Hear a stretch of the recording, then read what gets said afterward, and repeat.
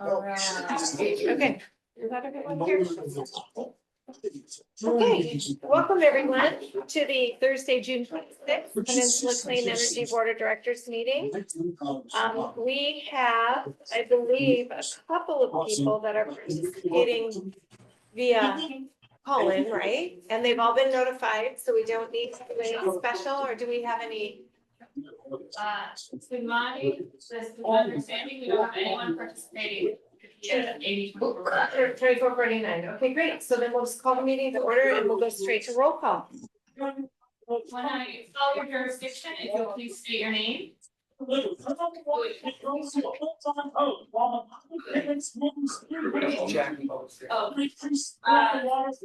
I could ask our remote attendees to please mute themselves until your name is called, that would be appreciated. Please. Who is unmuted?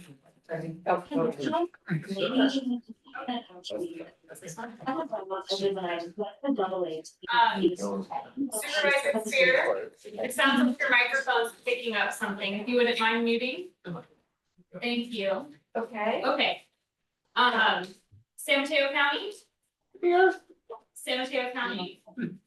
Here. Jackie Spear. Thank you. Atherton. Rick DeGolia. Belmont. Tom McKenna. Brisbane. Burlingame. Donna Colson. Colma. Dade City. East Palo Alto. Foster City. Stacy Jimenez. Half Day. Patrick Johnson. Hillsborough. Leslie Ragsdale. Yeah, Los Banos. Michael Amabill. Menlo Park. Betsy Nash. Mill Bray. Pacifica. Christine Bowles. Portola Valley. Craig Taylor. Redwood City. San Bruno. Marty Medina. San Carlos. John Dugan. San Mateo. Adam Lorraine. South San Francisco. Woodside. Hassan Breeze. Well, we have a farm. All right. Okay. You know what I might do is ask everyone on that side if they could just tip their, so the public can see and I can see, so I can, because we have a lot of new people. Great. Thank you. Thank you all so much. Okay. Next up is public comment. This is a time when anyone who has something that they would like to say to us can share, and it has to be something that is not an agendaized item. Nellie, did we receive some public comment? Yes, this is from our CAC member, John McKenna. He was late speaking last meeting. So he sent it via email. So I'm just going to read it for you all. Honorable board members, thank you for the opportunity to comment this evening. I would like to request that each of you work with your local jurisdictions to send an official letter to the state legislator formally opposing Assembly Bill 306. This bill is terribly problematic in both known and unknown ways. One of the many things that we know for sure is that this bill will prevent local governments from adopting REACH codes, a critical tool needed to achieve our city and county climate goals. To date, the author has shown very little willingness to amend the bill in meaningful ways. So please have your council or board approve sending an opposition letter to the bill author, Schultz, copying the chairs of the Senate Housing Committee, Wahab, and Senate Local Government Committee, Durazo. While an outright opposition to this bill is strongly preferred, if your jurisdiction would rather take an oppose unless amend position, exempting existing buildings from this bill is the most critical amendment. It is very important that the legislature, particularly the Senate at this point, hear from local governments with their concerns as soon as possible. Thank you very much. Okay. Any other public comment? And just note, we have Director Martinez is joining us. Okay. Can I have an action to set the agenda and to approve the consent agenda items? Is there anything, first of all, anyone would like to pull off of the consent calendar? Anything any members of the public would like pulled off the consent calendar? Okay, seeing none, we have no removals. Is there anyone who would like to make a motion? So move. Thank you very much. Was that Director Magwell? Okay. Yes. I'll Das second. Magwell. We have a Director Das Magwell and makes a motion, and we have a second by Director Jimenez. And we will have to do roll call vote because we have people participating remotely. So Nellie? San Mateo County, Yes. San Mateo County, Yes. Atherton, Yes. Belmont, Yes. Brisbane, Burlingame, Yes. Colma, Daly City, Yes. East Palo Alto, Yes. Foster City. Yes. Half Moon Bay, Yes. Hillsborough, Yes. Los Banos, Yes. Menlo Park, Yes. Millbrae, Pacifica, Yes. Portola Valley, Aye. Redwood City, Yes. San Bruno, Yes. San Carlos, Yes. San Mateo, Yes. South San Francisco, Woodside, Yes. and motion passes. All right, thank you. The next item up on the agenda is the chair report. And we're going to have a lot of items later on in the agenda that will technically would have normally fallen under my report that are now individual items, mainly having to do with CEO Marshall. She is not here tonight because she is getting a very special award. And I have Supervisor Gaucher, Director Gaucher, who would like to talk a little bit about what is going on tonight. So no, thank you, and it's unfortunate she isn't here tonight, but huge congratulations to Shawn for receiving the Women of Influence Award for Silicon Valley Business Journal. On behalf of Supervisor Spear and myself, the county is presenting her with a proclamation or resolution, just highlighting the great work. So one of the lines that says, Shawn Marshall for her outstanding leadership in transforming California's energy landscape and being named 2025 Women of Influence by Silicon Valley Business Journal. And it says now, if I read through all the way the whereases, now therefore be it resolved that the Board of Supervisors of the County of San Mateo, State of California hereby honors and commends Shawn Marshall for her outstanding leadership, dedication for a cleaner, more equitable future for all, and her well-deserved recognition as a 2025 Woman of Influence. And we'll get back to this.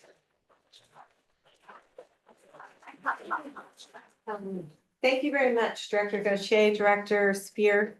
Is there anyone who has any comment on this? And I'm just doing a little quick video here to send to her while she's in her award ceremony. I think that's important. Is there anyone who has any comment or any members? That's really it for my report. Is there anyone? Oh, no, Supervisor Spear may Supervisor have Spear? some Yeah. comments as well. Well, I've only been on the board, as all of you know, for about 6 months, but Shawn has shown extraordinary leadership and a comprehension of these complex issues, and does so with great ability, and helps those of us who are new to the board try to understand it all. So obviously getting this recognition is well deserved, and we applaud her. Thank you very much. Appreciate that, Supervisor Spear. And let it also just reflect on the record that Director Anderson has showed up, so we're good there.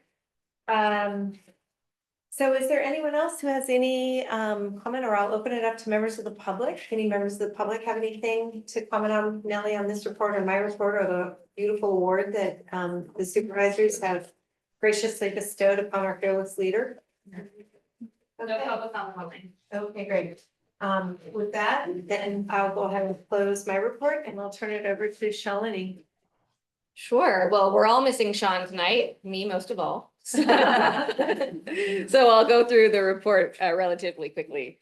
So since the last board meeting, the Wright battery energy storage system contract was approved by your board of directors in May, and it was executed and became effective on June 11th. So I know some of you have been working on this for a very long time, so we're really excited. There were 2 amendments that had to be made to that contract, and neither of the changes altered any major terms in the agreement. And the change was due to ongoing evolution in ITC tax credit in the House and Senate version of HR 1 in Washington. So the House version in particular put a very short time frame for ITC tax credits to phase out. The latest Senate version of the reconciliation bill appears to be more favorable. So because of that, we had to make a few amendments, but we did get it signed and executed. So we're very excited about that. In terms of the self-generation incentive program, you may recall that PCE is helping some of our customers enroll in the statewide self-generation incentive program, or SGIP. And the program provides incentives to low-income homeowners to install no-cost solar and storage systems on their homes. And unfortunately, there is some red tape at the CPUC that we are working with support from the chair and some of our legislators. There is a letter that is an attachment to the legislative report sent by 18 legislators, including Senator Wiener, Senator Becker, and Assemblymember Pappen, to the CPUC on this issue. So we hope to have it resolved soon. Since the last board meeting, 3 GovP solar installations have gone live in Atherton, Colma, and Millbrae. So we're very excited for that. And we also have a 92 port multifamily project having its ribbon cutting in East Palo Alto on June 28th. Please let us know if you're interested in attending. And thank you to Director Romero for speaking at that event. So please is Raphael here? Let Raphael know if you are interested in attending. Or Philip. Next, we have our joint rate mailer. So the Public Utilities Commission requires a joint mailer to be noticed. We've gone too far. Yeah, this is when you need Shawn. She knows how to work the button. Can we go back a slide, please? All right, thank you so much. So the Public Utilities Commission requires us to send a mailer jointly with PG&E to our customers every year. The 2025 joint rate mailer is being sent this week. We've had 238,000 emails sent and 53 postcards. And as you can see, customers received a proxy comparison depending on their rate class, so small commercial, residential, etc. And the left side of the mailer shows the cost comparison across PG&E and PCE's 2 products.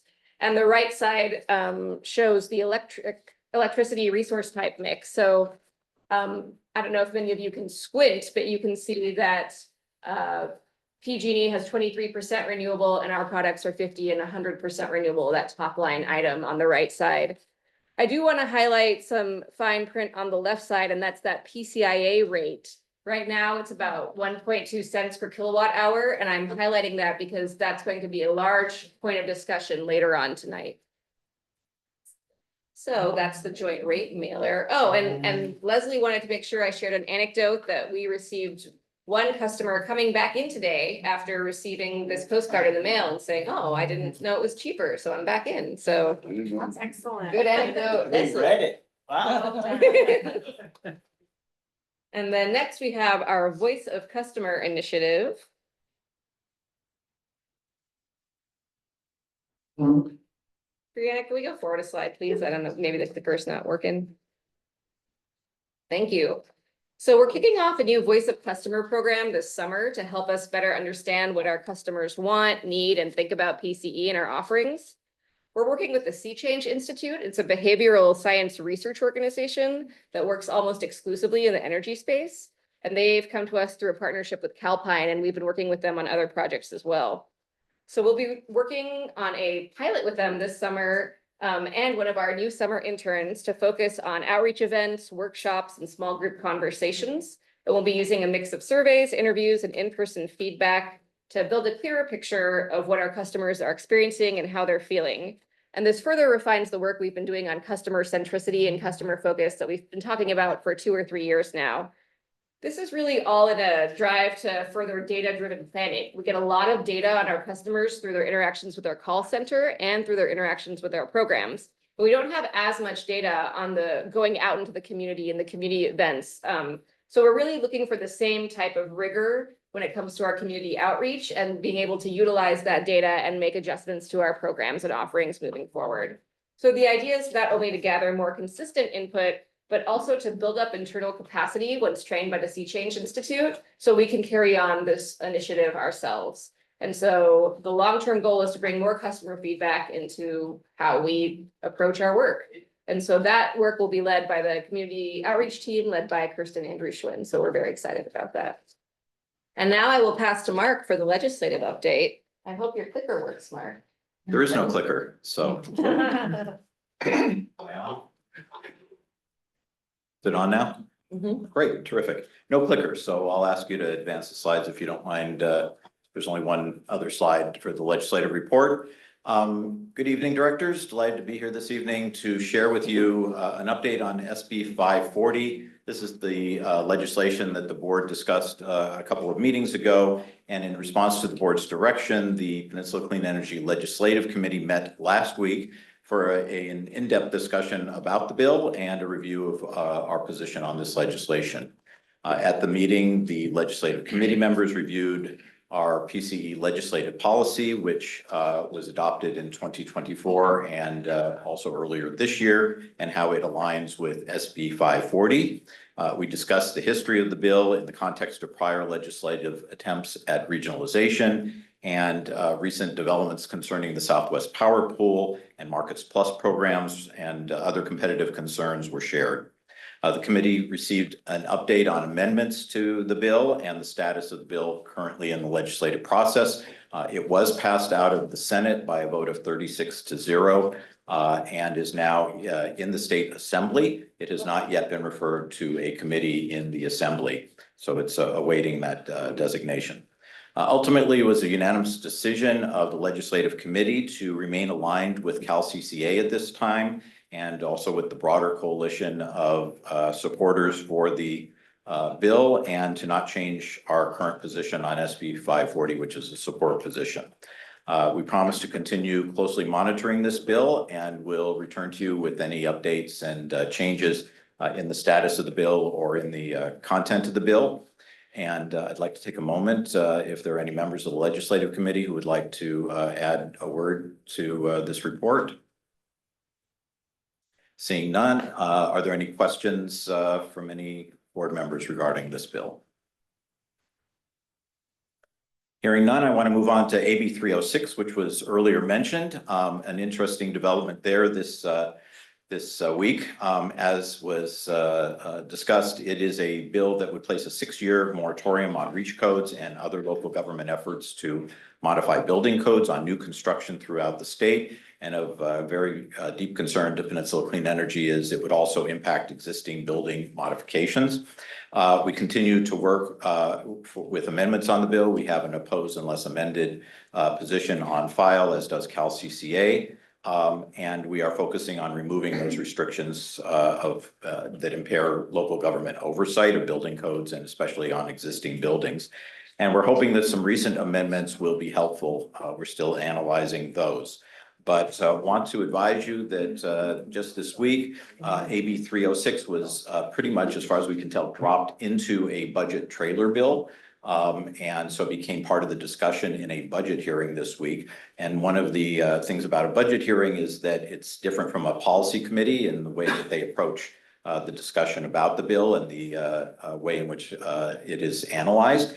And so we opposed that. We sent in a letter along with coalition members opposing its containment in the budget bill. AB 130 was the number for the budget bill, if you want to look it up.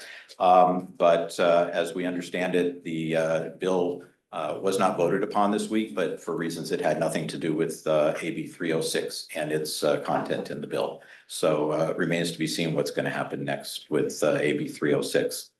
As noted in your packet and on the screen, SB 283, Mr. Laird's bill is now heading to the Assembly Utilities and Energy Committee. And then if it passes there on to local government, no further.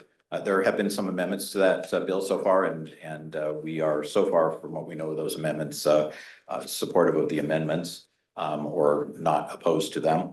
And want to mention just briefly, there are a couple of affordability initiatives. Last month, we spoke a little bit about SB 254. That has not changed since your packet was sent to you. But AB 825, Petrie Norris, there are some things to like about this bill.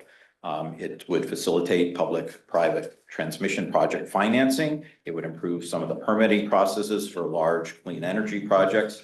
But CCAs have concern with a part of the bill that we believe infringes on CCA autonomy, and particular as it pertains to the development of our programs. And so we are continuing to watch that bill and maybe taking a position on it very soon.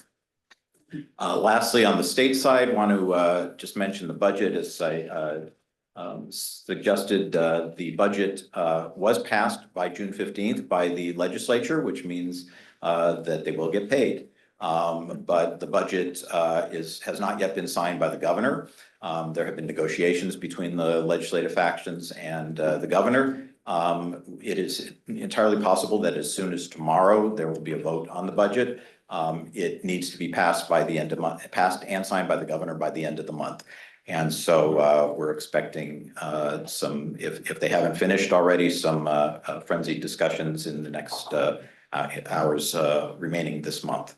And then we will expect to see many of these trailer bills to flesh out the budget over the course of the coming weeks and months until the legislature adjourns in the middle of September. Any questions on the state? Director Nash? Thank you. So I heard there was a recent amendment to AB 306, which would move the start of the 6-year moratorium on new residential building codes from June 1st to October 1st.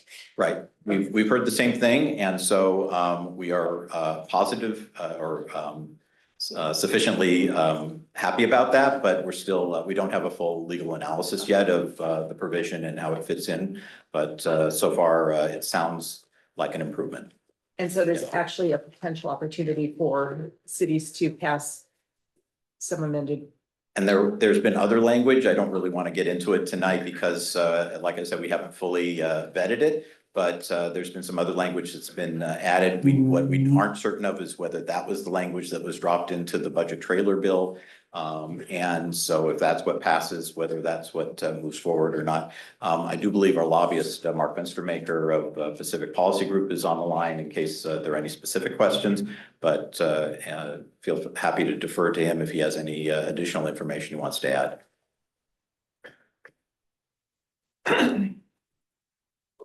Is Mark there? Is he raising his hand? Mark, you should be able to speak now. Mark, did you hear the Yeah, question about AB 306?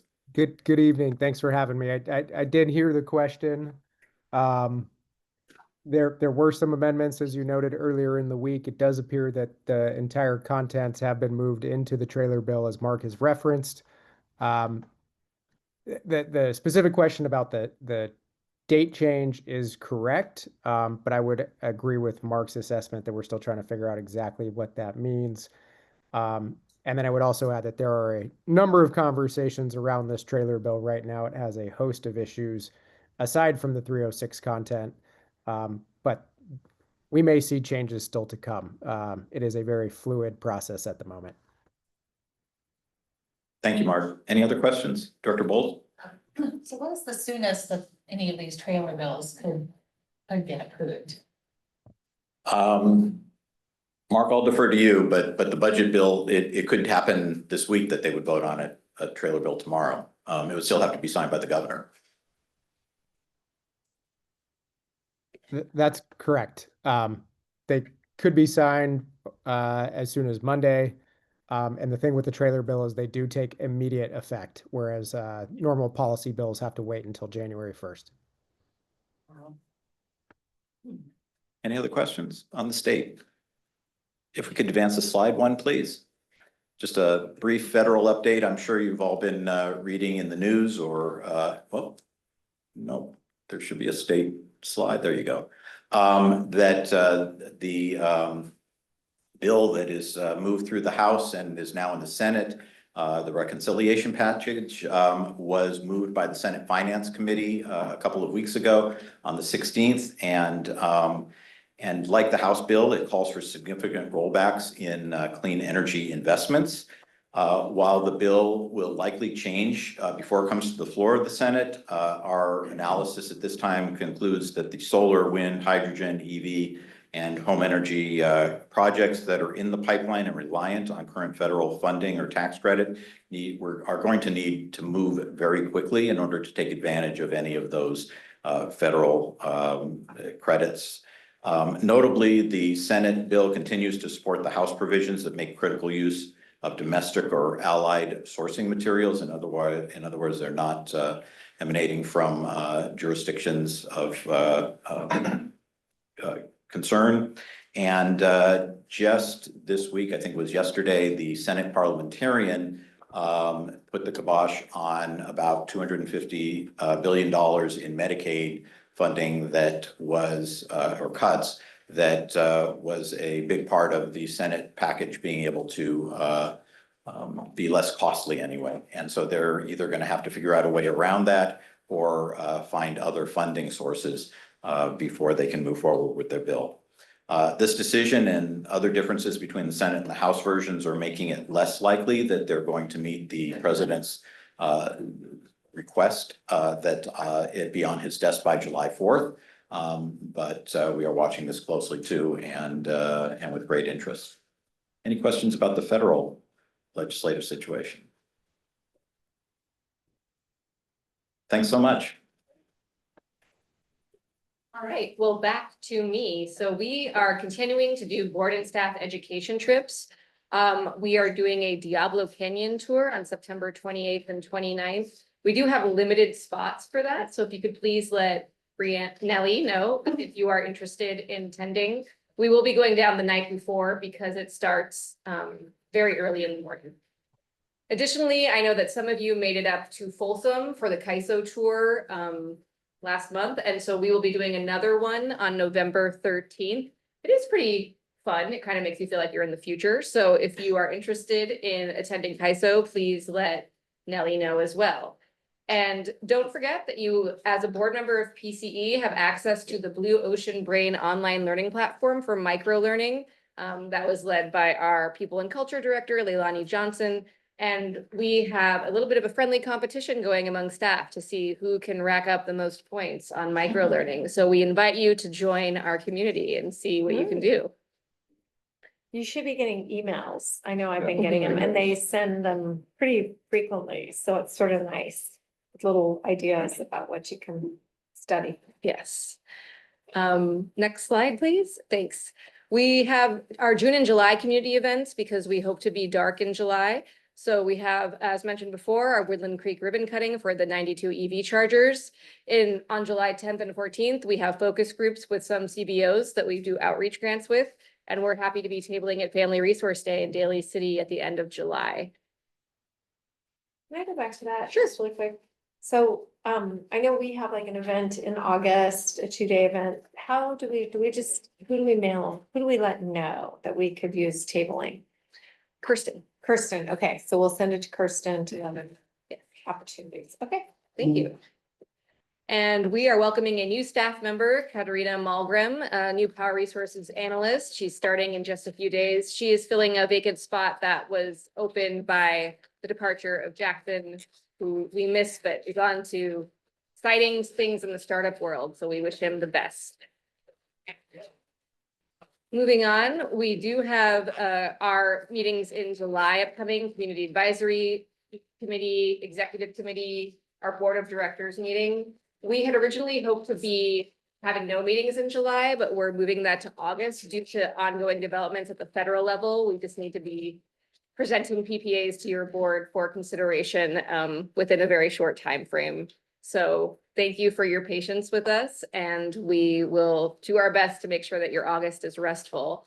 And that means that the Audit and Finance Committee, which would usually meet in August, is going to have a special meeting in September. all right, thank you very much. Does anyone have questions for Shalini or public comment? Anything there? Nothing now?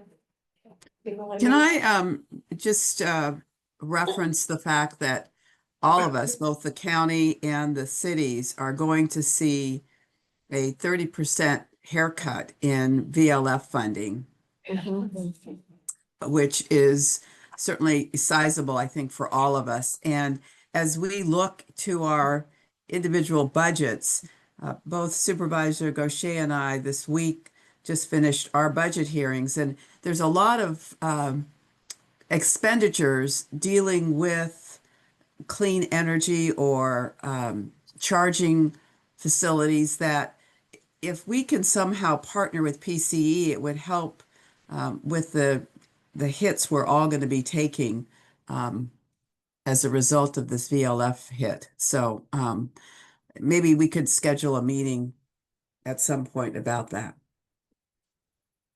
Yes, and Director Spear, that would be with yours, is that your sustainability department that all Right. that falls under that purview? Yes. Okay.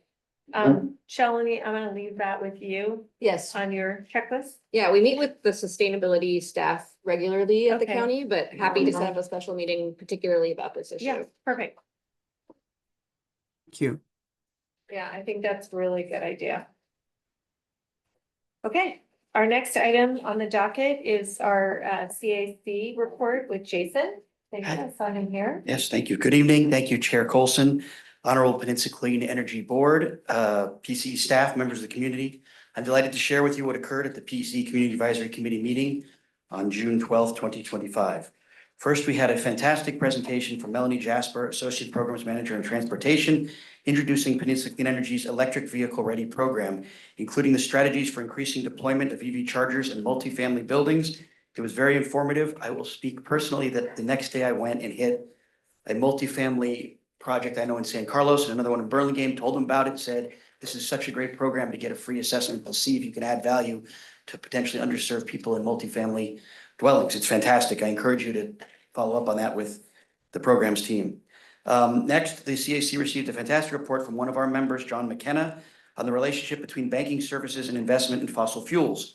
Staff will engage with the CAC on this in their future meeting in 2 weeks, but John did explain all the different statistics on which banks may or may not align with the missions of Peninsula Clean Energy. I strongly encourage this board to check out our meeting, watch the minutes of the CAC to get informed about this important topic, as I was mostly ignorant before John's illustrative presentation. Next in our meeting, Kirsten Andrew Swin, Associate Director of Community Relations and Climate Equity, announced the Woodland Creek Electric Vehicle Charging Ribbon Cutting event, which I think I'm going to go to. It's coming up, right? It hasn't happened yet. It's Saturday. Okay. I think that'll be fantastic in East Palo Alto.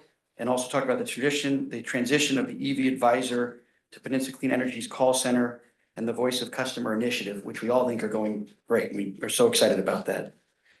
Next, we had committee member reports from John McKenna on the Building Electrification Program Working Group and Remy Tan on the Transportation Electrification Programs Working Group.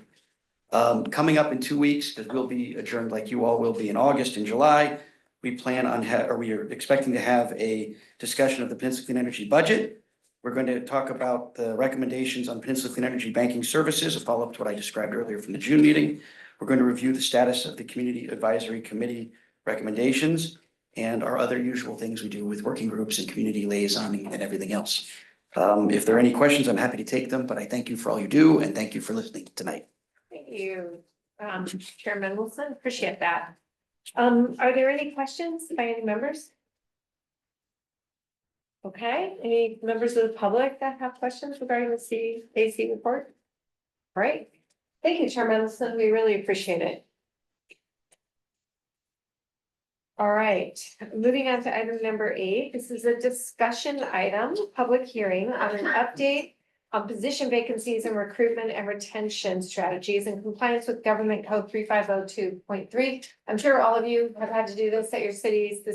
Because we fall under the purview of this as well.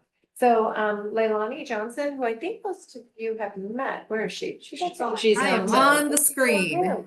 Okay. I think most of you have met our Director of People and Culture, but welcome to, I think, what will be your first presentation to the board, Leilani. And Thank you, Chair Colson. I'm happy to be here. I'm sorry that I couldn't be there in person tonight, but I'm excited to share some updates on our recruitment and retention front, according to AB 2561. And I saw some nods on my screen. It seems like many of you are already familiar with AB 2561. For those of you that may not be, just a quick education and history. This is brand new for the state of California for 2025. It became effective on January 1st of this year, essentially requiring public agencies to be very transparent around our job vacancies, recruitment, and retention efforts. Our plan as Peninsula Clean Energy is to provide some metrics and some updates to our board of directors once a year towards the tail end of the fiscal year so that we can capture the metrics from the previous 12 months. So as you know, our fiscal year is coming close to an end, coming next week. So we have some great metrics to share for fiscal year ending 2025. For this, I'll just put your attention to my chart there on the left side of your screen. This is as of July 1 to June 30, July 1, 2024 to June 30 of 2025. Our beautiful staff at Peninsula Clean Energy is ending the year at 63 strong. What that means is in this last 12-month period, we added 13 new headcount, which if you've been following our growth over the last couple of years has been quite in line with the last 2 years of growth, but it's 13 full-time equivalent headcount. That's what that FTE stands for, plus 3 interns. Our internship program, our summer internship program is going strong. So we were excited to welcome 3 new interns for this summer. Same metric right below, new FTE filled as of 6/26. So we filled all of our vacant positions that we intended to fill this past fiscal year. Our average time to hire, a short 42 days. And what I think that reflects is we've had some immense talent be interested in joining our team and have had great talent pools to select from. So 42 days, that's 42 calendar days, not business days. But look at this number, retention rate 96.8%, which means our average turnover rate just 3.2%. We have a solid, loyal, consistent team here at PCE. One of those things that makes all of our jobs a whole lot easier is our fantastic team and the retention and low turnover rate that we've got. A few of our challenges that we are faced with hiring, and that continues to continue, is finding talent that brings both the skills and experience needed paired with being great culture additions for PCE. We're really shifting our focus to look for folks that are not culture fits, but that culture adds. As we continue to grow and enhance and develop the way we do things, we're looking for new thinking and innovation to come in with our new hires. The second bullet there is that PCE continues to refine and expand our DEAI recruitment efforts in order to hire those best candidates. We've got several things going for us on the recruitment and retention front. First and foremost, we have a strategic, structured approach to recruitment. We've got a clean process in place. Hopefully, any of our hiring managers within our team would echo that remark, as well as we've got 94.5% of our staff that currently reported in our last engagement pulse survey that they see themselves continuing to work for PCE for the next 3 years. So we're expecting some great retention and longevity there. We offer a competitive compensation and benefits package. We've done quite a bit of comparison across Cal CCAs as well as other agencies and know that PCE is above market when it comes to our offerings. And as you know, we're attracting great talent because of our mission, our diversity, our remote first culture, and the attraction to just come and work with. I loved all of the words that we said about Shawn Marshall at the beginning. Shawn's a big draw. And so having Shawn as our leader is really attracting really high caliber talent. Those are the metrics for F25. We will absolutely update this going into F26. But before I close, I'm happy to take any questions or comments. Any questions by members of the board? Yes, go ahead. I'm just curious if we have any open positions right now. We are currently in the active state of recruitment for 2 positions. Shalini announced Katarina just accepted our offer last week. So we had 3 open roles. Now we have 2, and we are close to offer stage on both of them. In fact, I am typing an offer letter as we speak to be sent out tomorrow. All right. Any other questions? Members of the public? Just noting, so this is a public hearing item, so we'll formally open the public hearing session. Okay, we're formally opening the public hearing. Is there any member of the public that would like to comment on this? Okay. Hearing none, we'll go ahead and close public comment. And I want to thank Leilani for all of her good work. I think everyone here can really see the difference in the organizational structure by having a full-time committed HR person.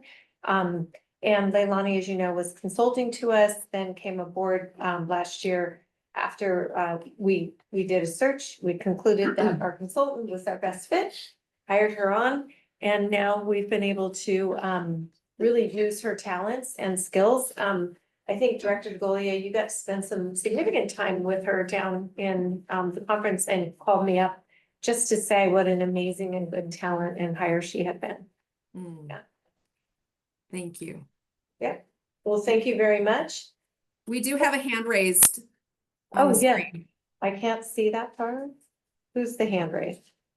Director Ragsdale. Oh, Director Yes. Ragsdale. Sorry, I need to adjust because my hand is exactly blending into my light. I just wanted to thank you, and I just wanted to comment that I am so appreciative personally of the continued DEAI of Peninsula Clean Energy. Just so important, and it means a lot to me personally, and I can say on behalf of our town as well.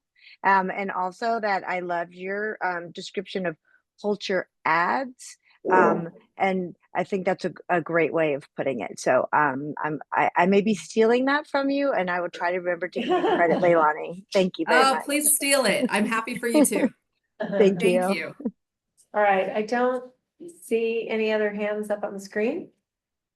Okay, with that, then we will go ahead and close this item, and we will move on to item number 9, which is the approval of the fiscal year 2025-2026 budget. This is an action item, and I'm going to turn it over to our CFO, Nick Bajor. And Nick, I just want to point out that this has been to the Finance Committee, I believe twice, and to the Executive Committee twice. Once. Or once, okay, I'm getting all my committees mixed up. I think I've seen it 5 times Yeah. somewhere along the We line. also presented to new board members, a bunch We of had you a new listened. board member presentation, so this has been extremely vetted.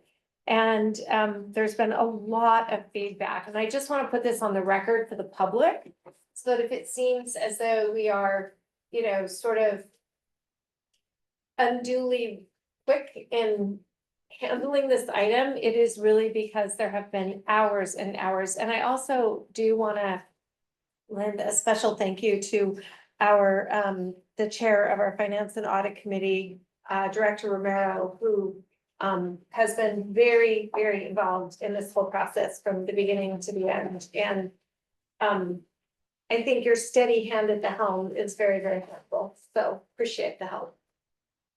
So over to you, Nick. Okay, thank you for that introduction, and I'll apologize in advance for those of you who are now hearing this for second, maybe third time. It hasn't changed that much. There's some tweaks, so I apologize. Hopefully it's gotten a little better as I've refined the presentation, but Chairman Coulson sort of stole a little bit of my thunder on this first page, but just wanted to give you a quick snapshot on where we've been on this process, which really started way back in March, I'd say, on the internal side. But we did take a draft version of the budget to the Audit and Finance Committee on May 12th last month. I'd say they were, I don't want to speak for them, but I would feel very generally supportive of the budget, had some feedback, which we took in. We then took an updated version of that budget back to the Audit and Finance Committee, as well as the Executive Committee separately on June 9th. There were some slight changes between those two versions, the largest of which was we did update our rate assumptions, which impact revenues due to the PCIA proposed decision that had been issued that month.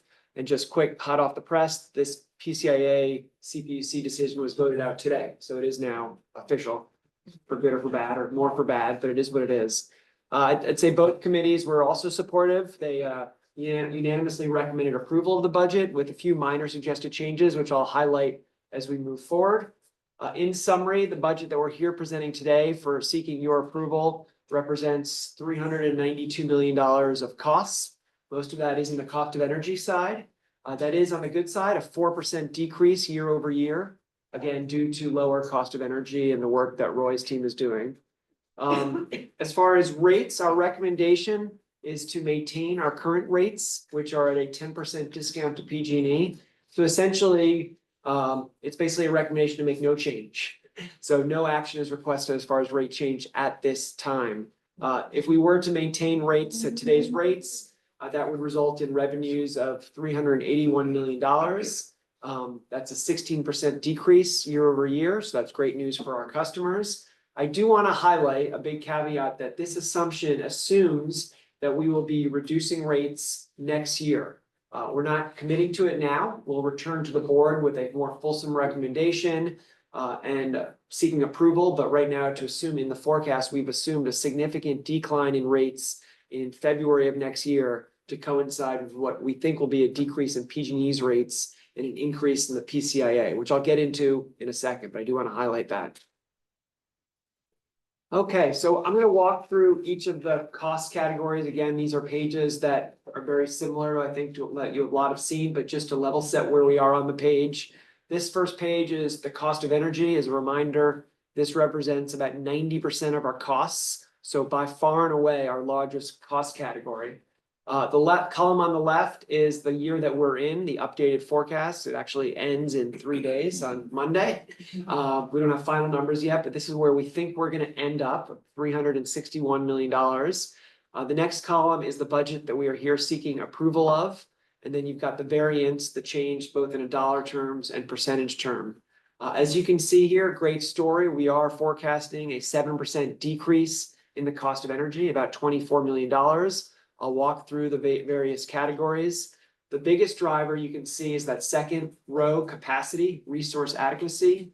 We are expecting a huge decrease in costs here, entirely due to just market dynamics. The price of RA has decreased by 2/3 from an average of about $33 down to $12. This is great news for our customers. It is impacting the PCIA, which I'll talk to, so it's not all great news, but on our cost of energy, it's saving us here $53 million year over year.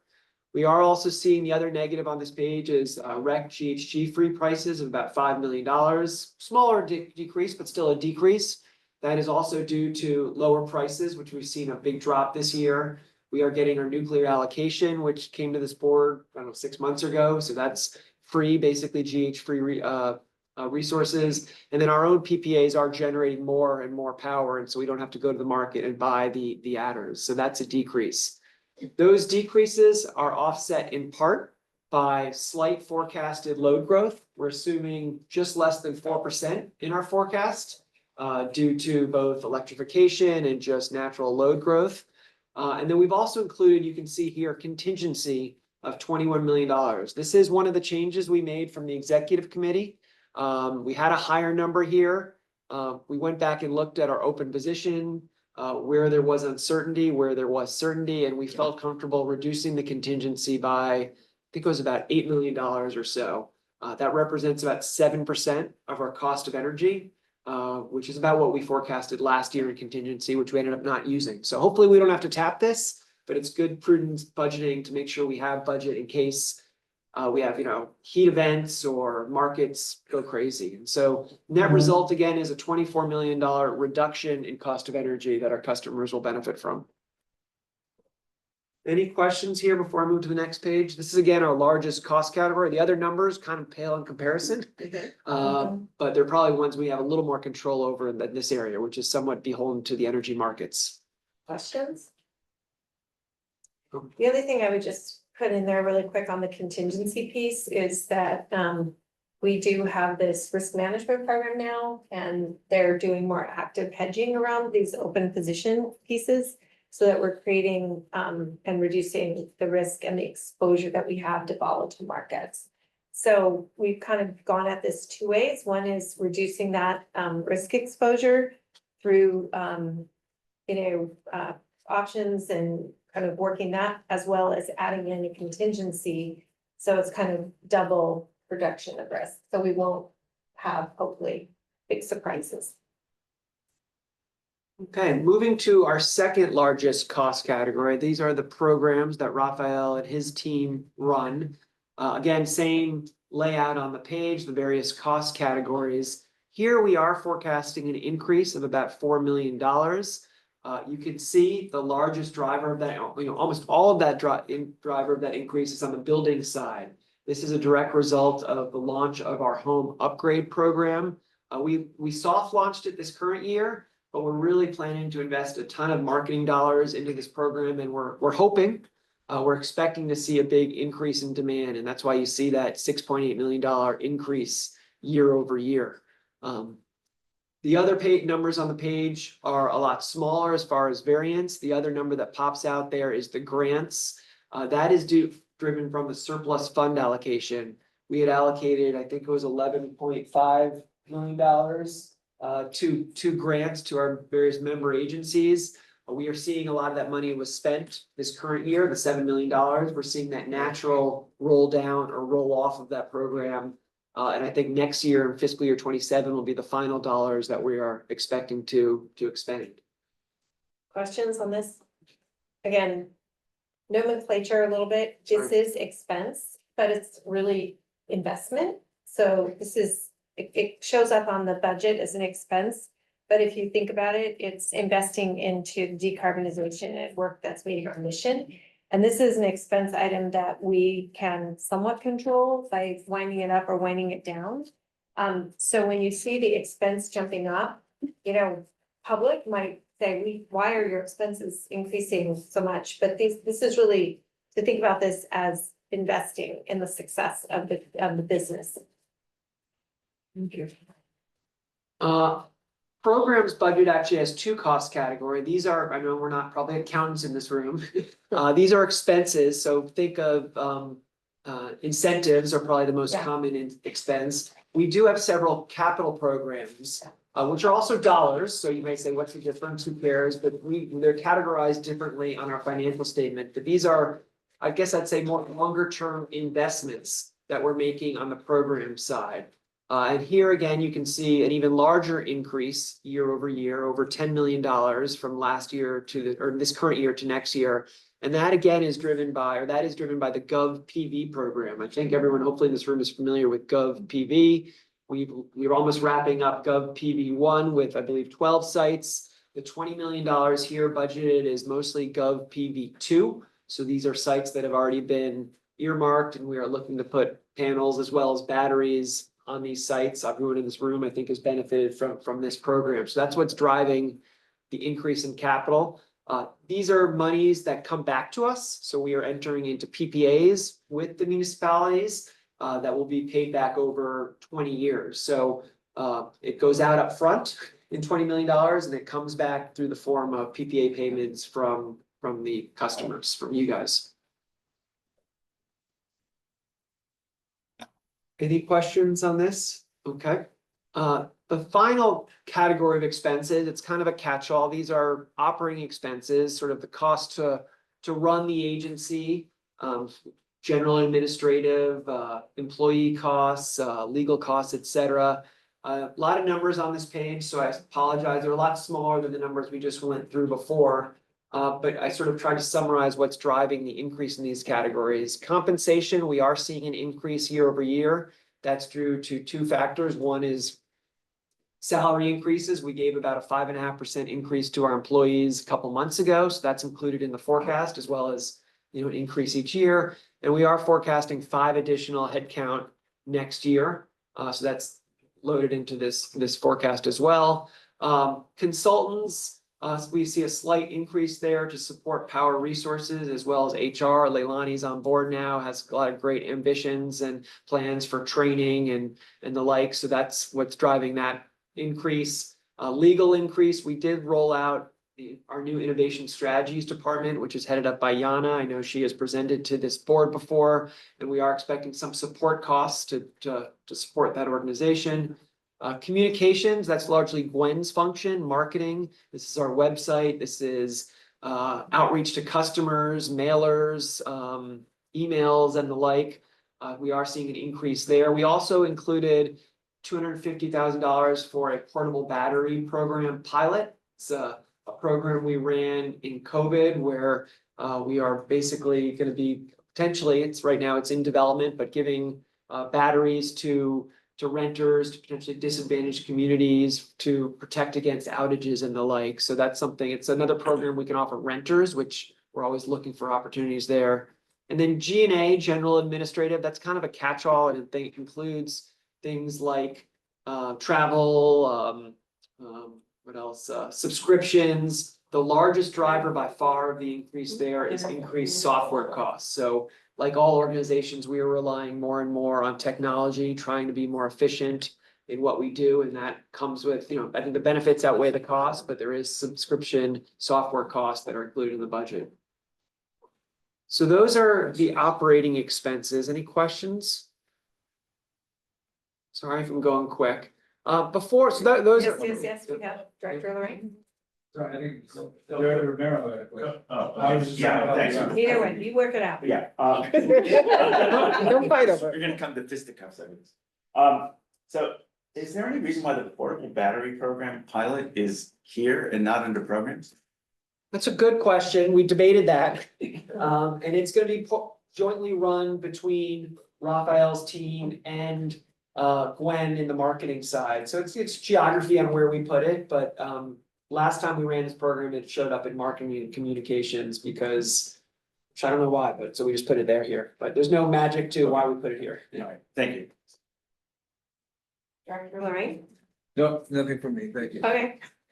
Very He good. stole your question. I was just trying to help extend the arm of Director Romero. Adjunct. As usual. So that covers the costs. Before I transition to the revenue side, I did want to take a step back and talk about the PCIA, which is kind of a complex topic. But it very much impacts how we set our rates for our customers, which impacts the revenues that we collect, which impacts the budget. And so we've seen we are expecting a drastic change, unfortunately, an increase in the PCIA going forward, at least next year. Just for members of the public, can we define that Sure. term? The PCIA, stands for the Power Charge Indifferent Adjustment. Is that right? Yes. Power Charge Indifferent. Well And done. it's essentially an exit fee that our customers, all CCA customers, have to pay for departing from the IOU. And so PG&E in our case, but it's all, if you're in Southern California, it's San Diego or SoCal Edison. The theory behind it is that PG&E, to use our example, went out there and entered into long 20+ year contracts, sometimes forced to by the commission, renewable contracts, expecting that their customers would be there for the next 20 years. They made commitments. Along come the CCAs, and we take, I don't know how many, 30-40% of that load away from PG&E. And so the theory is PG&E and the remaining customers should not be any worse off. And so the departing customers are asked to pay an exit fee, which depends on the value of those contracts. PG&E enters into a contract 20 years ago at a certain cost, and each year we have to calculate, is that contract in the money? Was it at a higher price or a lower price? And then the difference is used to calculate the exit fee. It can be the reverse. It has been in the past where it can be a negative if the prices are so high, and the contracts are thus in the money for PG&E. I guess you could spend like a whole meeting on PCIA. So. Is that the CPUC oversees that? Yes. Yeah. So we have seen a lot of volatility in the energy markets. There's also, as I mentioned, just this is hot off the press today, the commission approved a change in that calculation. I sort of summarized the PCIA, but there's a lot of detail in there and a lot of debates on how it's calculated, that mark to market, that sort of, is it in the money or not in the money? There's a lot of debate. CPUC just changed the rules today. And as a result, both those factors, the fact that cost of energy, the renewable and RA prices have gone down, as well as this adjusted calculation, that's going to increase the PCIA going forward. As I mentioned, when I talked about the cost of energy, remember how I said our costs are lower because RA costs and REC prices are lower? That's great for us. The problem is that impacts the PCIA in the other way, and that's going to increase the PCIA. The proposed decision, which now it's actually a final decision, so I should have updated this page, that will also serve to increase the PCIA next year. And then finally, PG&E made their annual ERA filing, Energy Resource Recovery Account. There you go. See, which they do every year. But in there were a couple of hidden nuggets which would have the effect of essentially further increasing the PCIA. We're not sure if they're gonna get all those requests. They're kind of throwing the kitchen sink at the wall. Is that the right metaphor? Spaghetti at the The wall. spaghetti at the wall, kitchen sink. Everything in the kitchen sink. Yeah, thank you. So we're not sure, so we haven't included that in our forecast, but all these are creating headwinds which will serve to increase the PCIA next year. And as a result, I'm gonna go through a graph on the next page to hopefully graphically explain this. The rate parity, which is basically the rate at which we would have to set our rates to be exactly the same as PG&E, is gonna go way down. And so that's our competition, that's our bogey, our proxy. We're not set to PG&E, but like any company, we're always keeping an eye on what is our competitor charging. And so PG&E's rates are going to decrease significantly on January 1st. That's good news. It's not an awful thing, but we need to consider that when we set rates. I put together this graph. I've now shared it with the executive committee and the audit and finance committee, so I apologize for them seeing it twice, but I thought it was, or I got feedback. I think it's helpful because the PCIA can be a complex topic, and I just want to explain, because there's a lot of things going up and down, and people, at least I can speak for myself, it can get confusing. So this is an illustrative example. The numbers are close to current, but don't focus too much on the numbers. This just gives you an idea of how things move. So in 2025, the year we're in now, let's say PG&E customers were paying 16 cents per kilowatt hour. For this is again just the generation portion, not the distribution and transmission portion. 16 cents a kilowatt hour, what they're paying. We want, right now, our goal, doesn't have to always be, is to charge our customers a 10% discount off of their rate. That's what we'd love it to be more. It's been 5%, right now it's 10%. The math on that would be then we would charge our customers 14.4 cents a kilowatt hour.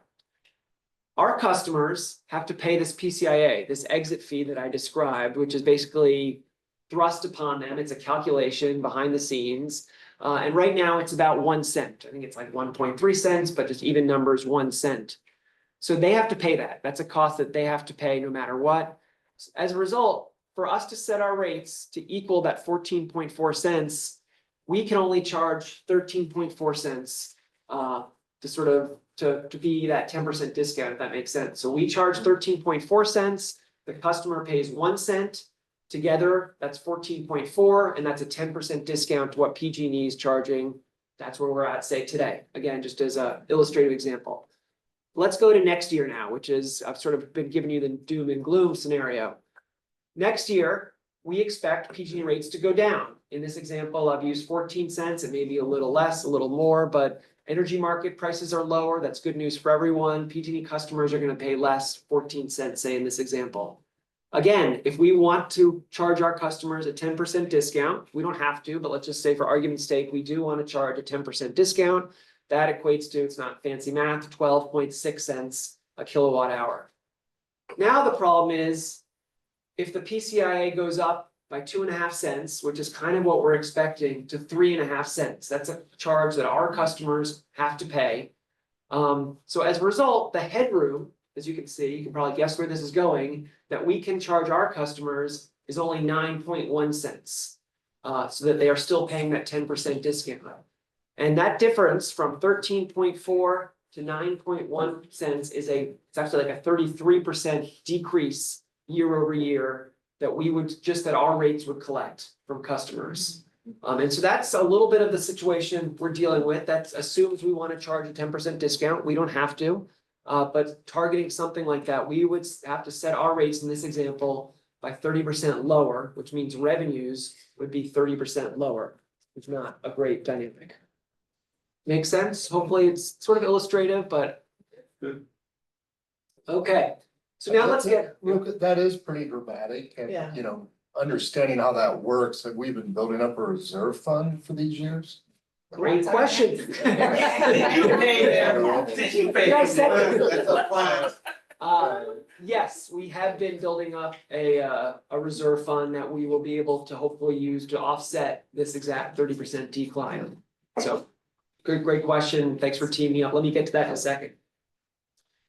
So, now that we've talked all about costs, remember all those pages, cost of energy, programs, the operating expense, that all totals to a total agency cost of $392 million. Trust me, that's the math. There's some slight offsetting numbers. We have some non-electricity sales. This is money coming in. We get from the program side, we get some interest income on our cash balance that we've been building up, about $15 million. That results in a net cost for the agency to keep the lights on, so to speak, to run this company of about $373.2 million. As a result, if we want to collect enough revenue, ideally revenue should be greater than costs. We want to collect enough revenues to cover that cost. We need to collect about $375 million. I round it up. Technically, it's 393.2 or 3.3, but essentially $395 million. There are many different ways we could collect that. We could set rates higher in the beginning of the year, lower in the end of the year. We could charge more for residential, more for commercial, less for commercial. But basically what we are proposing to do is if we set rates at a 10% discount to PG&E throughout the whole fiscal year, assuming that drop in their rates, PG&E's rates in January, we will be able to collect $375 million. And so as a result, our recommendation, which I kind of gave you the punchline on the first page, is to maintain the current 10% discount that we have today throughout the fiscal year. Again, I'm sort of repeating what I said before. That assumes a significant decrease in our rates in January, it'll probably be in February, because we'll have to come to the board in January, but affected in February to coincide with the PCIA increase that I mentioned and the PG&E decrease, that graph that I showed you before. And again, we're not committing today to those rates, but we had to assume something in the forecast. We'll come back to the board in January with a budget refresh, so we'll see where our costs are. We will at that point actually know what PG&E rates are going to be. Right now, we're kind of estimating. We'll know what the PCIA is going to be. Right now, we're kind of estimating, and we'll come back with a lot more information with a more formal recommendation. So that brings me to, the final page, which is before the budget. So all that, I talked about the costs. Usually you talk about revenues, then cost. In our business, we talk about costs first, and then the revenue to cover that cost. But here we have the formal budget. Again, the same layout. Left column is the year that we're in. The right column is the budget where they're asking for you to approve. You get a lot of these numbers all came from the same numbers on the previous pages, but it kind of just brings it all together. You can see in the budget year, we are forecasting $381 million of revenue. That's a 16% decrease. So those are less dollars collected, which means less dollars spent by our customers. We talked about the cost of energy prices being down. We talked about the operating expenses being up. Interest income is the earnings we earn on our cash balance. You take that, the pluses and the minus, that will result in a change in net position, which is sort of the bottom line on that page of $4 million. And so this is our official budget. Obviously, there's a lot more detail behind each of these rows, some of which you've now seen, but this is we are recommending and asking for approval of. All right, thank you very much, Nick. Well done. Thanks, Nick. Okay, anyone on the board have questions or comments they want to make? I think that was a great presentation. I've only done it 7 times. Nick. I need you over half a day to work on that. I was like, usually Tim's standing behind me. Yes, Rick. So Chair that Cole. assumes that we are not using funds from the rate stabilization fund. This assumes there is no need to use funds from the rate stabilization fund in the budget year. Correct. The next year is a different story, which is I the next understand, section, but for this year, for this budget year, there is no need to use funds from the rate stabilization fund. and what is the amount of the rate stabilization fund consistent with this budget? Right now, we have $68 million that was put aside or in it last year. And we'll just, that will be maintained, Well, we are in the next assuming section. this budget. In this budget, yeah, there's no change in the budget year. There's no additions to the rate stabilization fund or subtractions. There's no need to even touch it in this budget year, fiscal year 26. Yes, Director Lorraine. I was just curious about what you employed to forecast interest income, I guess, just given the volatility we've already seen in the beginning of this year. Yeah. Oh, I mean, we assumed if you want to be on 3.5% return, we're earning more right now on our cash, which is great. But my guess, I mean, if I knew for sure I'd be in a different business, but my guess is rates are going to come down. So we've assumed 3.5%. So that's why you see a decrease from 22 to 15 million. But so hopefully it could be a little higher, but that's what we've assumed. Thank you. What did you Yes. say last year's rate? That it wasn't 10%, it was like 7 or what was it? The interesting, On the discount rates? yeah. Because you're at 10% now. What was it last year? Oh, for PG&E? Yeah. We were 5% through the first half of the year, and then the board approved, because we were in such great shape financially, an increase from 5% discount to 10%. So that's where we are today. So it was half the year at 5%, half the year at 10%. And we're recommending to maintain that 10% for next year. Yes, And- Director Dole? The prepaid deal that we did in the public market, that's reflected in the electricity sales Yes. expense, Yeah, right? that's another driver. It's a good point. I didn't highlight that, but if, for those of you who were on the board at the time, we did a prepay last year and that reduced cost of energy on that portion of the contracts by 10%. So that's included. That's another driver of the decrease in cost of energy. We're actually gonna probably do another one, so that'll be coming soon. You good? Okay. All right, any other questions? All right, then this is an action item. It would be wonderful, yes, I'll move that we approve the budget. thank you. We have a motion by Director DeGolia, a We need second. to, sorry, get some public comment. Oh, I'm sorry, There is, that's right. or isn't, I I don't see any guess I online, looked up but there, there didn't could see be. anything, but is there any member of the public who would like to comment or behind us?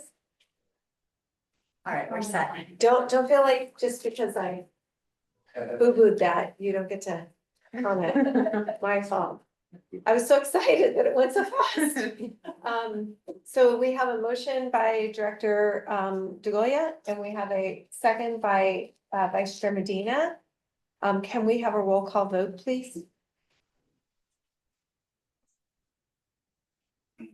San Mateo County, Yes. San Mateo County, Yes. Atherton, Yes. Belmont, Yes. Brisbane, Burlingame, Yes. Colma, Daly City, Yes. East Palo Alto, Yes. Foster City, Yes. Apple Bay, Yes. Hillsborough, Yes. Los Banos, Yes. Menlo Park, Yes. Millbrae, Aye. Pacifica. Yes. Portola Valley, All right. Redwood City, Yes. San Bruno, Yes. San Carlos, Yes. San Mateo, Yes. South San Francisco, Woodside, Yes. motion passes. Thank you. All right, thank you very much. Really appreciate staff.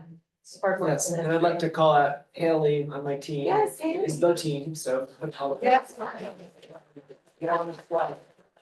But we're not done yet. No. We've got another topic which Rick very helpfully teed up for me, somewhat related to the rate stabilization fund. So let's talk about next year. We talked about the budget year, which is all that we were asking the board to approve, but we obviously look forward, as any good organization would, on what's the next 2, 3, 4 years after that. And so fiscal year 27 creates some challenges due primarily to that PCIA factor that I mentioned. And just to remember, everyone, the PCIA we expect to increase on January 1st of 2026. So it's going to have a half a year impact on fiscal year 26 and half a year in fiscal year 27, because we're a June year. So kind of, I guess people always get a little confused, as do I myself. So fiscal year 27 presents some challenges. So if we were to set our rates based on cost of service rate making, which is what we just went through that process where we add up all the costs to run the agency, the cost of energy, the cost of operating expenses, compensation, we would need to collect about $400 million in revenue to cover our costs. That would result in a change in net position at the bottom of about $4.5 million. So revenue is slightly greater than costs. That's great.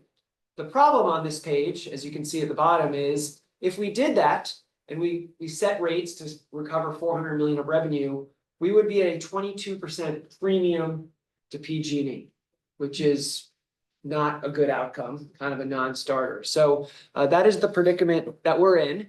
I will highlight that this scenario, which I'm obviously teeing myself up here, excludes any utilization or the impact of the rate stabilization fund, which we can use, which is a tool we have, an accounting tool, to potentially allow us to not have to set rates at a 22% premium to PG&E. Before I go into that, I want to do a little quick primer on what the rate stabilization fund is, because I know a lot of board members here weren't here when we board approved the rate stabilization fund, or even if you were here, probably haven't thought of it in a year. So wanted to give a little refresher on what it is. As I mentioned, the board approved the establishment of this fund last year, or May of 2024. And basically what it is it allows us to defer revenues, so take revenues out of a current year and to be used in a future year when maybe financials are not as strong. It essentially allows us to stabilize rates and supplement rates. The board direction that was given back in May, or was our recommendation, but the board approved or agreed with, is that we would consider a deferral of revenues when change in net position is greater than 3% of revenue. This is that bottom line on the income statement I showed. So if we have some positive financial results, there's a potential we could defer some of the revenues to be used in future years. We also said that there was a limit to what we would defer, and that limit was put at 15% of revenues, which was based on benchmarking at the time, as well as trying to look forward at the time on like, what are the potential headwinds that we could be exposed to? And so that's where the number came from. As a result of that, we ended up deferring $68 million last year into the rate stabilization fund, which happened to be exactly 15% of revenue. Just for some reference points, we are not alone in the use of rate stabilization funds. It's always great to look at some benchmarking data. And I would say most, if not all of our peers, similarly implement this rate stabilization fund. It's a great accounting tool that allows a CCA or a utility to basically smooth out their earnings through the use of this accounting deferral and recognition of revenues. I put some of our peers who have rate stabilization funds. The benchmarking that we just did last month ranges from 9 to 20% of revenue. So our 15% is within that range.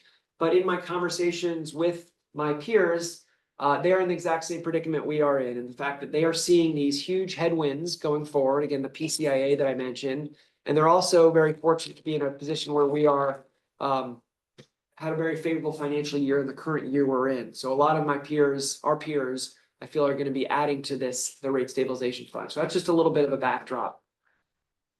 So if we were to say we wanted to target a discount to PG&E of 5%, I'm not using 10% anymore, I'm just using 5% for ease sake, that would result through the math of only collecting $300 million in revenue. As I mentioned before, the revenue requirement is about $400 million. So that would require about $105 million of recognition from the rate stabilization fund. You add the 301 plus the 105, that equals the 406 million of total revenue we would need to collect to cover our cost. The problem is the rate stabilization fund is currently only $68 million. So we're short.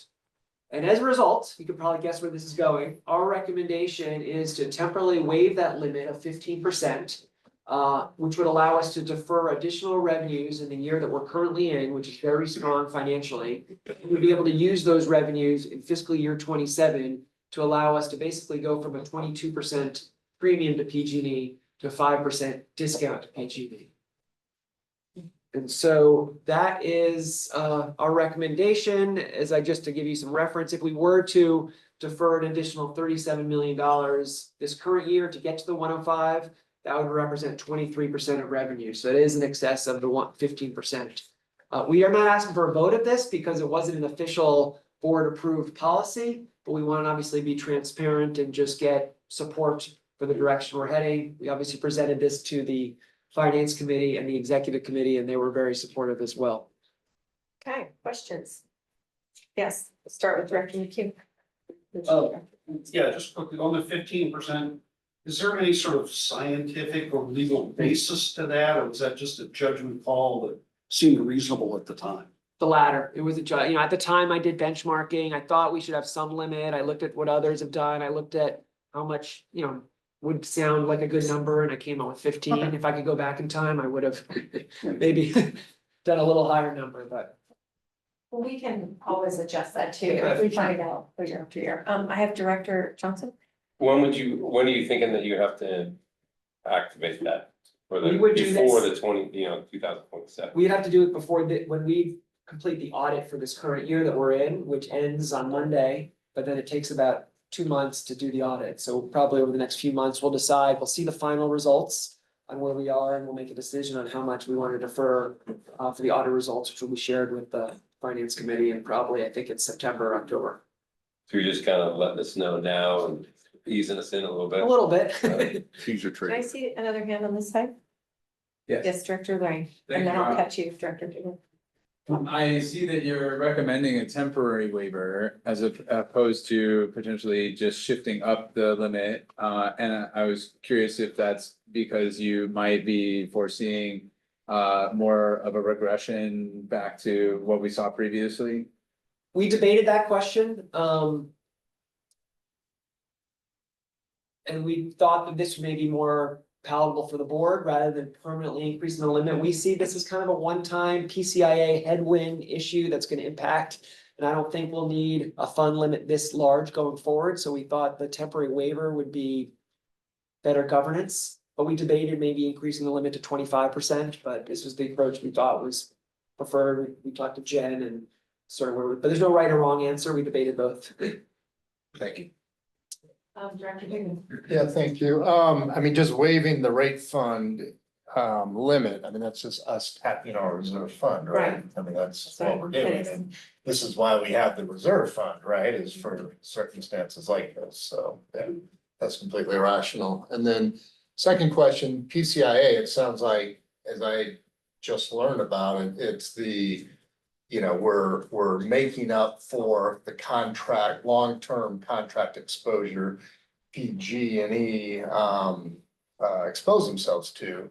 So presumably that burns off over time. So is this going away, and what does that horizon look like? That's a great question. It decreases, so a lot of these contracts were 20-year contracts, I think some were even longer, so they decrease as those contracts wind off, because this was from 2016, so we're getting closer. The problem We is, can't be subject to any new contracts. no new contracts. So it is burning off. The problem is the CPUC gave PG&E permission to include their own generation. They own a large hydro, I think the largest privately owned fleet in the country. And so they include the cost of their utility-owned generation that will never burn off, that'll never come off, so. Did I describe that correctly? Yeah. I would just also add that sometimes there's a contract that they renew, so it was going to end and then they renew it, and then there's been a lot of challenge getting us out of that renewal. Yeah, I mean, that would seem like a lobbying priority right there, 'cause that's not just. Yeah. Okay. Yeah, the question we've always asked is what other publicly traded corporation with shareholders that make a huge profit is subsidized in this policy manner? Yeah. And, you know, you can think of a lot of businesses that potentially the implication is, but Shalini, you said it, too large to fail to. Well, I mean, when you get a big company like that, that's the sole provider, right? Yeah. That's the concern, right? Yeah. Too large to fail. So you gotta figure it out. And given it is generally burning off, hopefully we can lobby out that floor. That seems crazy too. But fundamentally, everything we're doing here is somewhat conservative, given that that's burning off, right? I'll just note that when we add new communities, they, like when we added Los Banos, they'll have a That's a later good point. commitment. Yeah. Yes, Director Bowles. I'm just curious, so with the additional amount that we'd be putting into the rate stabilization fund. And then with this 105 million, what is left, and is there a risk for the following year that we don't have enough? Because I'm just looking at your projected out budget to 2029 that does, or 2030 that does. Yeah, that's a great question. We may put in a little more than 105 to give ourselves some cushion. I just wanted to use on sort of the minimum to get us through this fiscal year 27. We'll have more information in a couple months, but we think things improve after this year, but that's a valid comment that we have to consider. Do we want to put a little more in this current year? This current year is a great, and you'll see on the next page, very strong financially. And so one could argue, why not? Yes, and Director Taylor?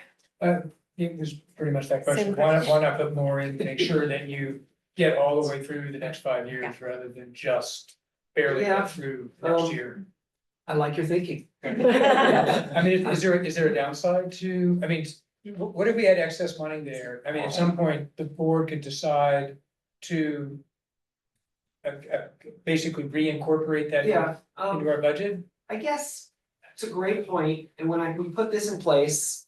And I talked to my peers and I said, what are some lessons learned? You put this in place, and one of the comments I got, and maybe I put too much emphasis on this, is they had put some aside and then the headwind never came. And then they were like, every year, they're like, well, at some point, it was more of a pain of sort of how do we now use that, recognize that revenue when there was no need. And so I was trying to be a little prudent of not going crazy gangbusters.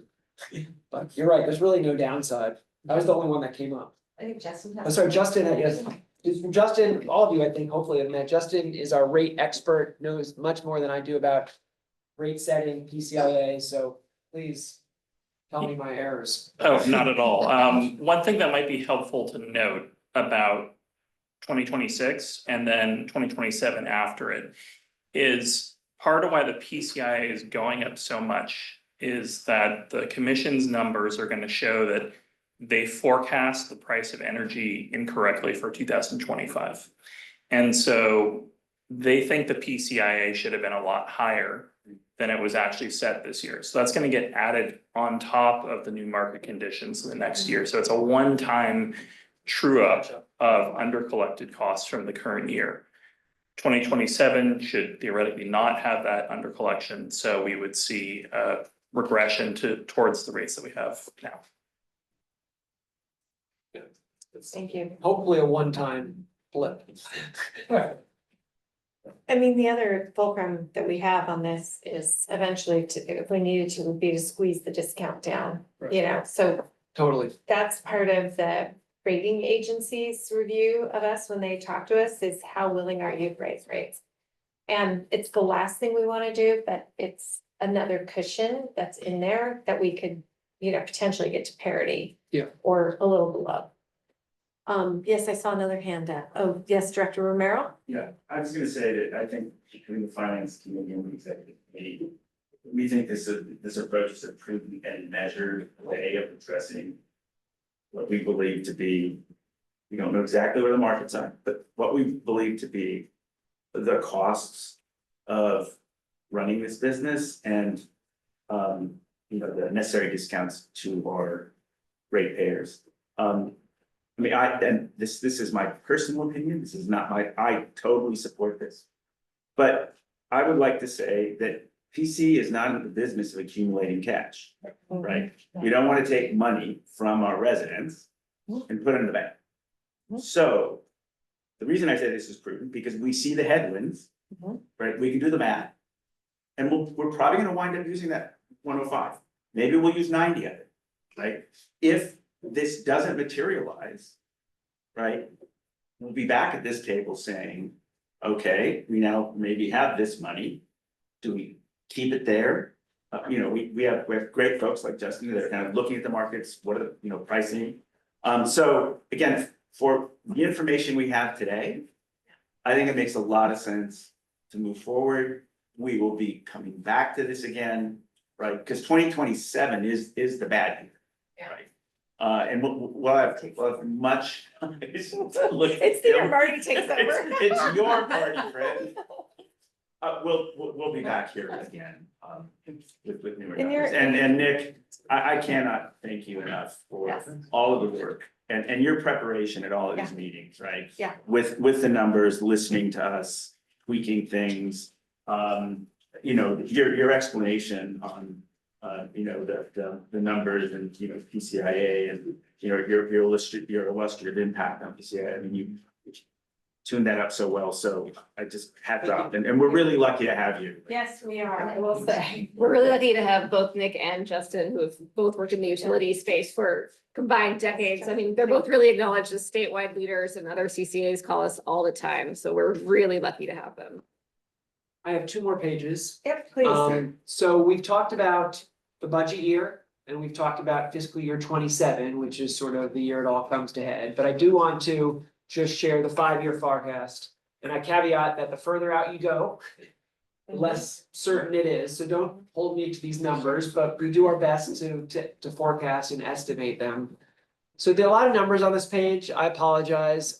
First column, which we haven't really talked much about, but that is the current year we're in. As I mentioned, we are expecting a very strong year. I've included in here right now, the $37 million is a placeholder. Maybe it's a little more. I hear the feedback there. But right now, deferring $37 million in that year. You can see the result of a change in net position of still a healthy $32 million. I did squiggly line 7%, because as I mentioned, we were 5% the first half, 10% the second half. We already talked about the budget year, the 10% that we're assuming, and we just talked about the fiscal year 27, where we'll be now utilizing that rate stabilization fund to the tune of $105 million. The next 3 years, we are hoping, I know someone told me hope's not a strategy, but we are foreseeing that we will not need a rate stabilization fund. We see the PCIA after this one-time blip coming back down. And we are hoping that we will have sufficient revenues to cover our costs in those out years, but it's close, as you said, and so it may be prudent to defer a little extra revenue in our current year, and we'll sort of do that analysis over the next few months. So this is the 5-year forecast. And then finally, I'll just end on our cash. Cash is regal. And so this is our cash balance, just to level set. There's 2 lines on this page. The top line is actual cash in millions of dollars. The bottom line in green is a metric that is used throughout the industry and the rating agencies, days cash on hand, which is basically cash relative to your expenses. We have a target of 250 days. You can see we are currently well in excess of that target, but you can also see that over the next 2 years, the big decrease, and that is due to the exact reason of we were going to lower our rates and supplement that with basically our cash balance. So unfortunately, that means less cash coming in. And so we see cash decreasing by $130 million over the next, basically 1 year, but over the next 2 years, and then kind of steady state from then on out at around $300 million, which is right around our target, 250 days plus or minus. So this is our cash balance.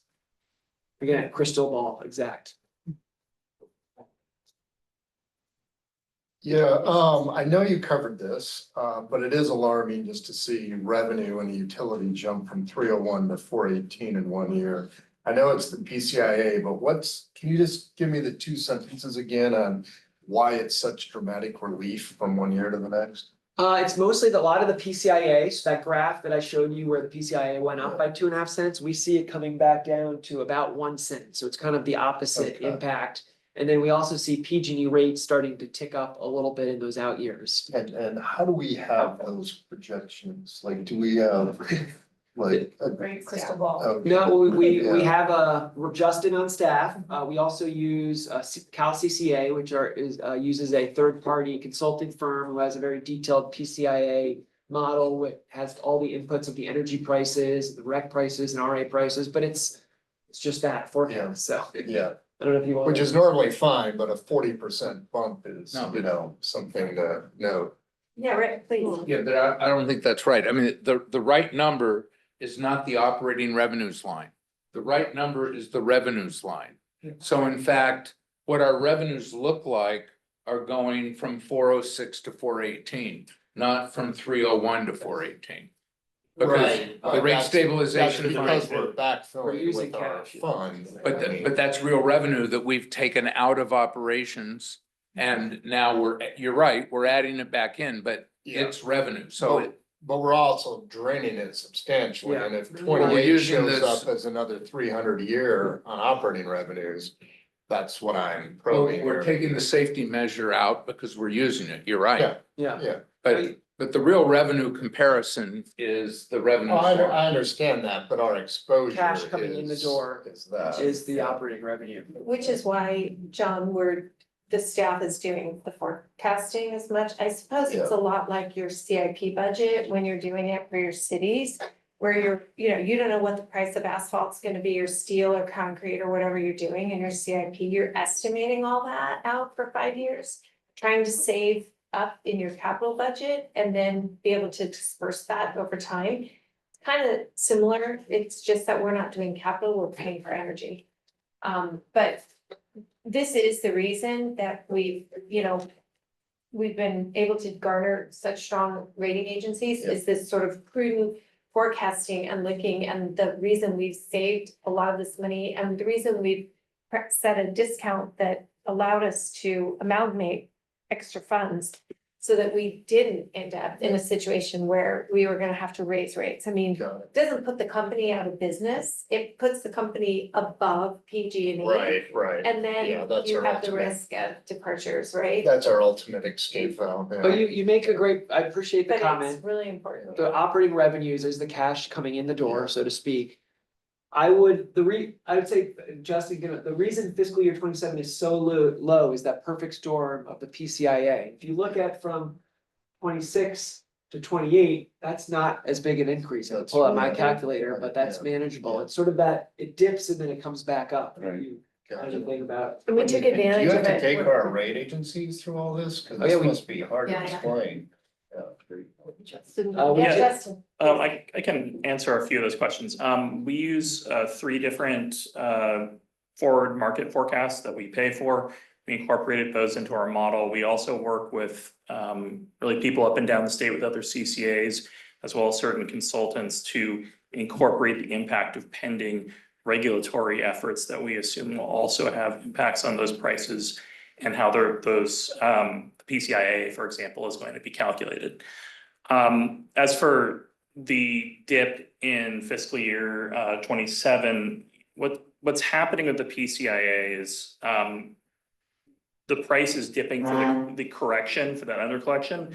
And then you're also just simply having the new market conditions also being lower. So you have that double effect for 1 year. And then we're assuming a regression to a pretty conservative forecast still for forward prices after that. One thing I will say though, is that these are really just forecasts. These are a middle ground for where we expect these prices to be. Certainly you have fluctuations that happen in the market every year, and that'll have an impact too.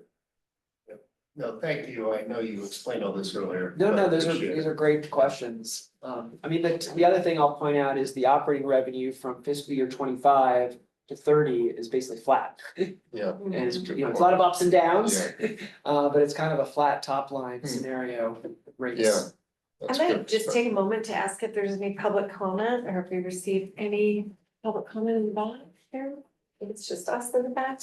I don't see any hands, any board members with questions on that. Okay, I don't see any there. Yes, Director. I just want to say, the days on the days cash on hand slide, we have significant cash in days cash on hand. Now, granted, we need that cash to maintain our credit ratings. We need that cash for some other operating contingencies. But if we were to experience another year where we had a problem, we would continue to be a going concern. Because we would probably have to figure out, okay, maybe we have to use some of that days cash on hand to make this work. Are we gonna lose a credit rating? Perhaps, but we're not gonna go out of business, right? If we get a 60 million or $70 million hit on that second year, because we've been quite prudent to, have that fairly significant buffer. 293 million in 2028, 298 million in 2027. So it's, we are pulling down that rent stabilization. Not rate, not rent. I'm thinking rent control. You're in another meeting. I'm a Hauser by training. No, I appreciate it. I'm glad to hear we have a second lever to pull before we have to adjust pricing strategy. Right. Which none of us would be happy to pull, but we could pull. Could do that too. Yeah, 100%. Sorry, I was moving it, but a little more. Last one, or is this it? That's it. Sorry. Okay, so members of the public, it doesn't sound like anybody has questions. This is not a voting item. This is really just a discussion item to start being transparent as we can to the public and to the ratepayers and also to all of us and our colleagues. And so there's no surprises. But Nick, I really want to thank you. It's really, I think everybody can really see the difference over the last year or two, having someone having this team built out that has such experience, to really be able to explain cogently and help us all, and put together such a, you know, wonderful budget. And I do want to thank everyone who put input on this. There was lots and lots and hours of input and formatting and structuring, before tonight. Okay, with that. Matt, this is out yeah. of juice, so. Okay, you're done. You're gonna have to change Yeah, it, you're sorry. done, you're done. Go another one. All right, we'll move to, essentially almost our last item here, 11. Approval of a second amendment to the agreement with Shawn Marshall, Chief Executive Officer, for her term July 1, 2023 to June 30th, 2026. She has a 3-year contract. We're in the second year, finishing the second year, going into the 3rd year of her contract. Increasing the annual salary amount to $425,000, awarding a bonus of $25,000, which is the maximum under her current contract. And amending the bonus structure for 26 to an amount of to 10% of the CEO officer's current base salary. I just want to take a quick minute and thank a few people before we start on this item.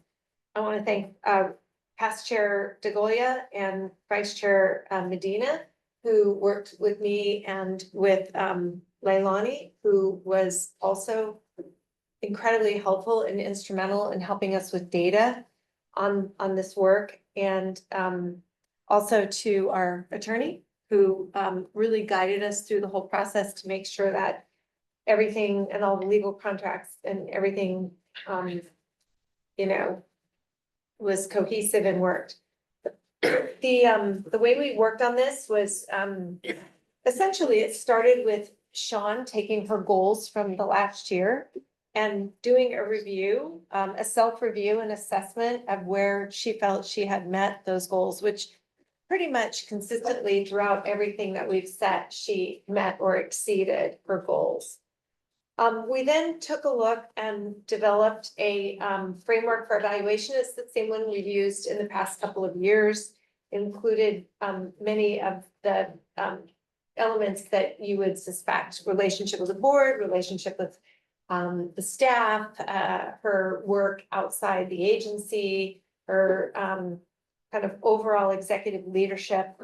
And we then took that framework and did an evaluation, the 3 of us, based on the review and our own experience.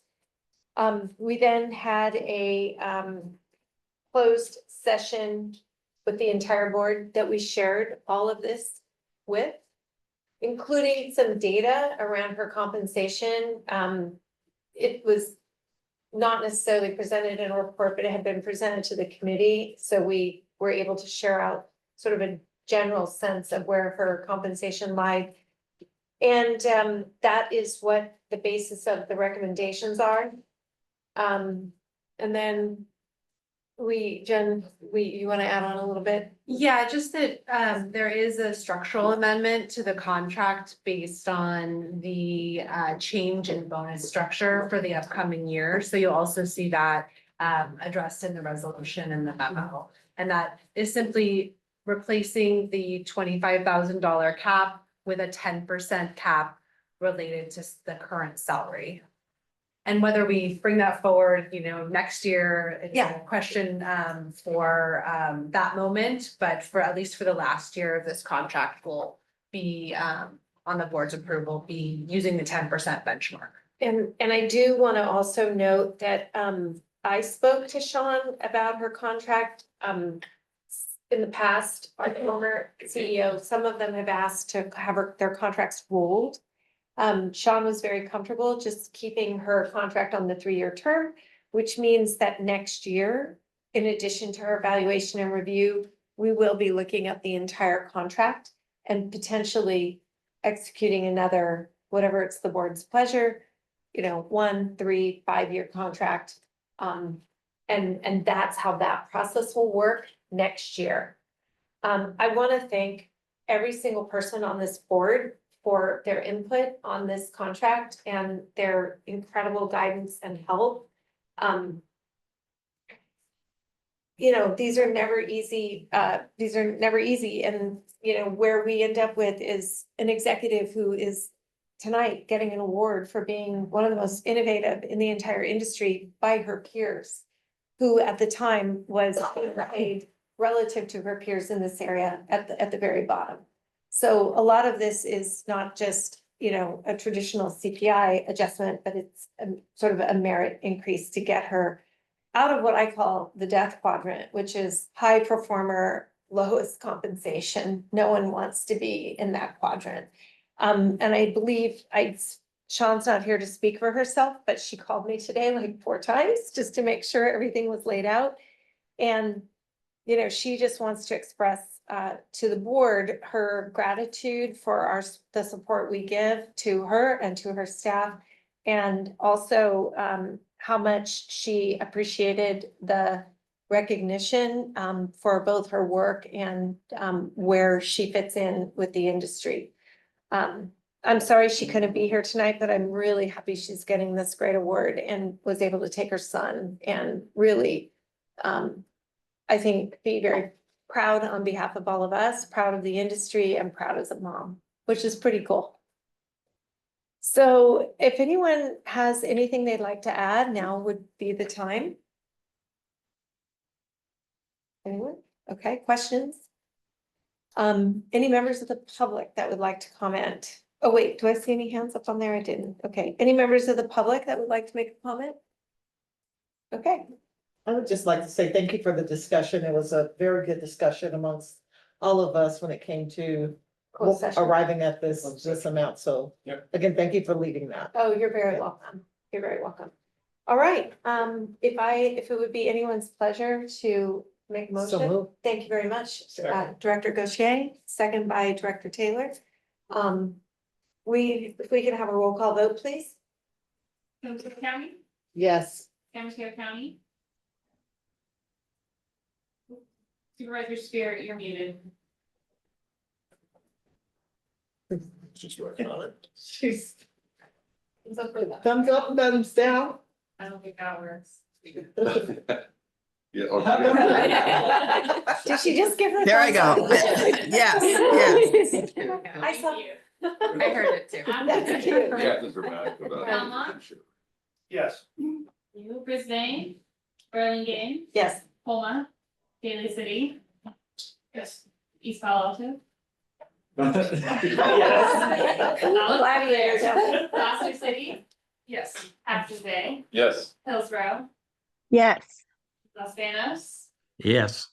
Marble Heart, Yes. Millbrae, Pacifica, Yes. Portola Valley, Aye. Redwood City, Yes. San Bruno, Yes. San Carlos, Yes. San Mateo, Yes. South San Francisco, Woodside. Yes. The motion carries. Okay, great. And I will just say Colleen could not be here today. She had a conflict with another board meeting, but she did call me to, even though she can't vote, to express her strong support as well. All right, thank you very much. I really appreciate that. And our last item is just any board member reports or discussions. Anything?